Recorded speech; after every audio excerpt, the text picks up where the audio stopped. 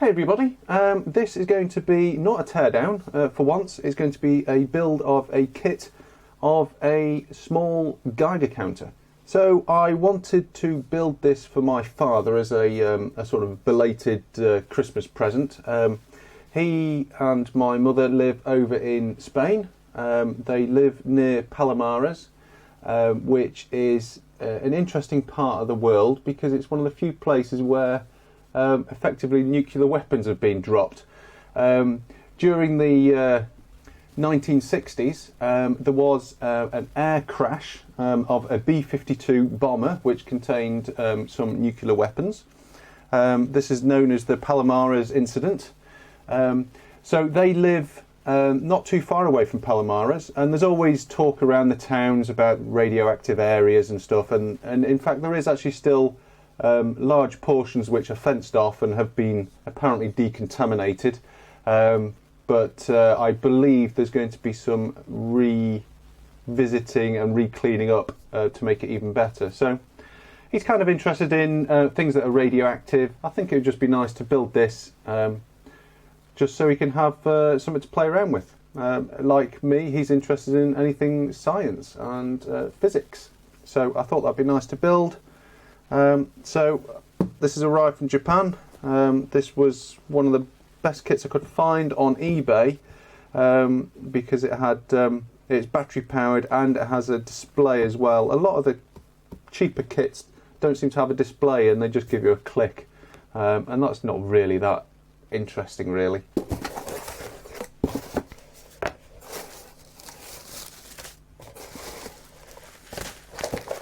Blah blah blah. Schematic handy. Specification.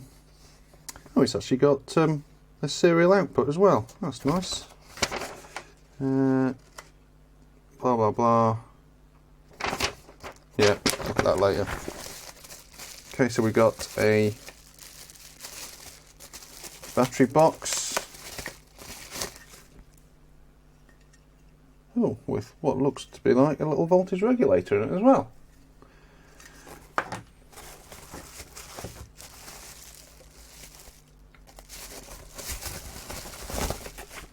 Oh. Okay, not much to do then. I thought it was a kit. Right, well, magic, it's all done. Right, I'll get some batteries then. Battery box has a nice little on-off switch. Turn it on. NetIO devices, yeah, I have seen those on in other places on the net. So yeah, it looks like that's working. Right, well, I guess this is going to turn into a review rather than a build-in review. So let's have a quick look at the instructions and see what it can and can't do. Right, let's just have a quick look around this. So we've got a PCB on the base. We have a Russian SBM-20 tube. We've got two connectors here. These are power connectors, yes. So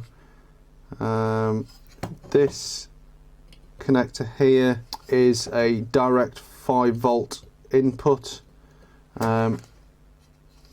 Whereas this connector here runs through this IC, which is, I suspect, is a little 7805. Just have a quick look. Oh, I'm in a job to see it. It's really, really faint. But yes, I think that's a 7805. So you can probably put, I don't know, maybe 9 volts on here. You won't be able to put a huge amount because there's obviously no heat sinking on that. So you can put in 9 volts or so on there and the 5-volt direct input onto there, which is why on the battery box we've got a small little boost converter, I would imagine, which is probably boosting the 3 volts from the battery up to 5, so it can plug into the direct 5-volt feed, which powers the rest of the circuit. We've got buzzer, LED, 2 tactile switches, some passives. We've got device there, I suspect that is an inductor, because we're going to have to boost that 5-volt input up to about 420-ish volts. I'll measure what voltage this is actually set to in a moment. So a bit further along, we've got capacitors, diodes, blah blah blah. We've got a microcontroller just under there. I would imagine that's probably a PIC micro or an AVR or something. And yeah, oh, we've got the serial data port just there, and the LCD screen nicely mounted on the PCB there, and it is socketed as well, so it wouldn't be hard to take that off, replace it with a bigger one, or remote mount it or something. Nice. It looks pretty well made, nicely soldered. Okay, what I'm going to do now is just have a look to see what they've actually set the tube voltage to. So I'm just going to connect up to the ground. Well, I'll try to anyway. So I've got my multimeter, which is this one's kind of dedicated to work with my high voltage probe. This is a nice high impedance probe, so I can measure the voltage of this directly without pulling the voltage down with my multimeter. So I'll just plug the battery back in. Here we have 450 volts, which is a little high. I normally set my SBM-20s to about 420, but it's well within the ballpark for running these tubes. Right, so I've just got this running now. The two buttons don't do a huge amount. The first one basically allows you to zero the total count, and it clears the actual count per minute as well back down to 0. So that basically sets it back to 0. And the second button just turns off the beep. So if we compare this to my GMC 300E, this I have converted to also use an SBM-20. So these should have pretty similar readings. At the moment we're getting 36 counts per minute, and this one's getting 27. It does vary in my lab here a little bit between sort of 23, 24, and yeah, it can go up to like 34, and then it'll drop back down.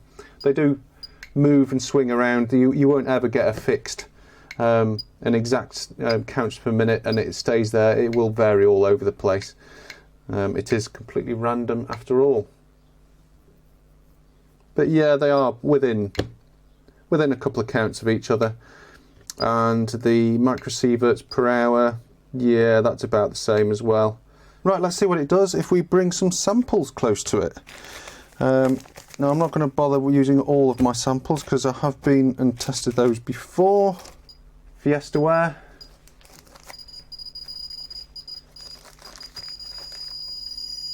Right, I think that's settled down. 5,600 counts per minute. Seems to be coping with that perfectly well. And it's still beeping. I wonder if there is an alarm function. Yes, looks like there's an alarm over 10 microsieverts. Right, last but not least, we have some uranium enriched rock. This is actually my hottest piece. Well, it looks like it's settled down at just over 10,000 counts per minute, so it seems to cope very well with quite hot items.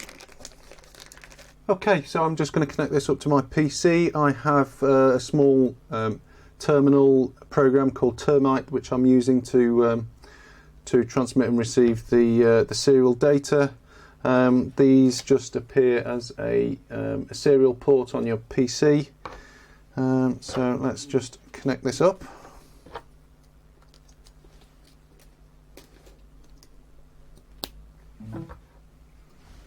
And turn this on.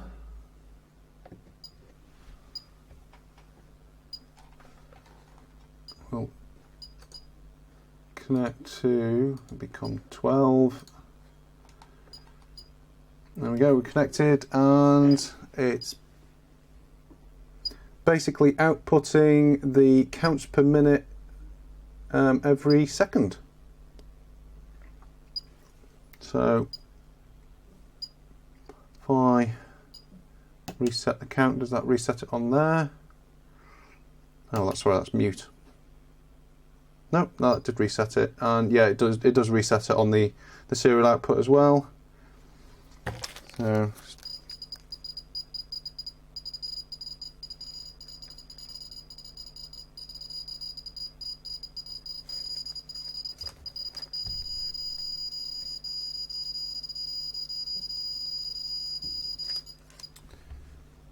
right, so let's just try stopping the transmission. So we just type stop.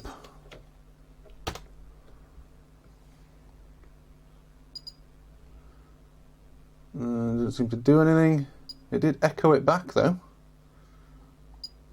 Ah, right, okay. I'll probably need to change that to carriage return and line feed. So stop. Yep, that works now. So we can go, should start it again. Yep. So TTC, I'm not sure what that is. No, there's no reference to TTC in these this sheet of instructions. I don't know what that is. GMS. Oh, I think that is GSM. It's listed as GSM on this bit of paper, but that's conversion rate, I think. Default 150. Yes, so that is the calibration. The 150 there is the calibration value for the SBM-20 tube. ATC is the alarm threshold. It counts per minute, so 1500 counts per minute the alarm goes off. Voltage generation is 63, which is giving me 450 volts. Right, so what I'm going to do now is just try adjusting the tube voltage using the serial interface. I've got my high voltage probe set back up with some use of blue tack to keep everything in place. So it's currently reading the 450 volts, well 451 there just. So I'm just going to try adjusting this from the serial port. So I'm just going to stop the transmission. So let's just do show. So we've got the HVG is 63 as a default. So we will just try set HVG equals, I don't know, let's try 1 as a minimum and see what that sets it to. The voltage is dropping away. It's stopped detecting.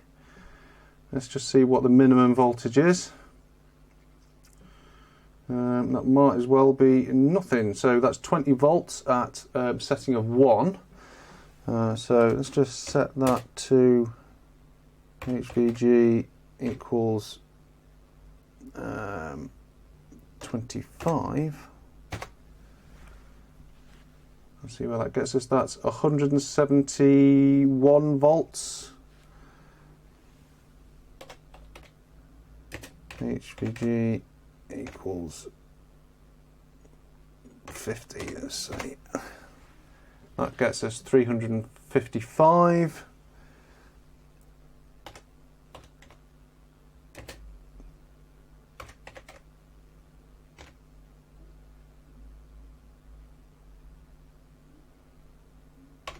So let's try 60. Yeah, 425. That's normally about where I put my SBM-20s. So yeah, that's really nice way of adjusting the voltage there. Yeah, very nice.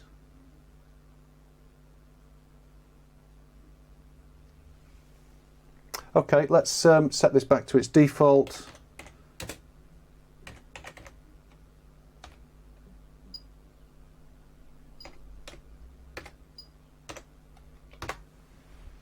That's 450 again at default of HVG equals 63.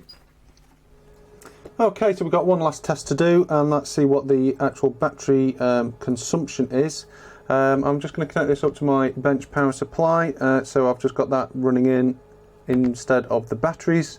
So my power supply needs to be 3 volts. Turn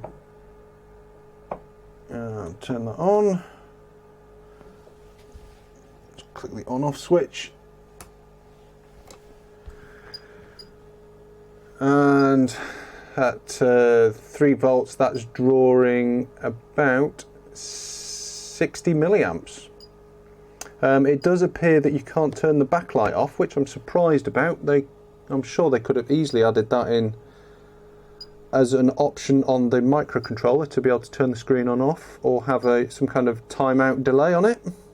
Because I would imagine most of that 60 milliamps is the LEDs doing the backlight. So that's a bit of a shame. Right, so let's summarise this. So we've got the NetIO devices GC10. This says version 2.4 on it. This is sold by. So this is sold by a eBay user of Palomares, which is PELORYMATE. They are in Japan, in Tokyo, Shinjuku to be specific. As it said, it cost me about 50 something pounds, £52, including shipping. So I think that's actually a really, really good value for money Geiger counter. I mean, it doesn't come in a box, but that's easily remedied. You get this nice little battery box that comes with it. You get the tube with it, which, I mean, for this price, normally you wouldn't expect to get the tube. For example, the NetIO Geiger counter, that is, with the case and everything, that's well over £100, and you don't get a display on it. So given that typically SBM-20 tubes on eBay normally go for about £15–20 a time, then £50 for the whole thing is actually really good value for money, and it seems to work pretty well. And you get a serial output, pulsed output. Yeah, I can't knock this at all, really. Very happy with it. Okay, everybody, thanks for watching. I hope you found that useful. If you did, give it a thumbs up. If you're not subscribed, hit the subscribe button, because you're going to see stuff like this and more teardowns and stuff coming up. Okay, thanks for watching, everybody. See you on the next one.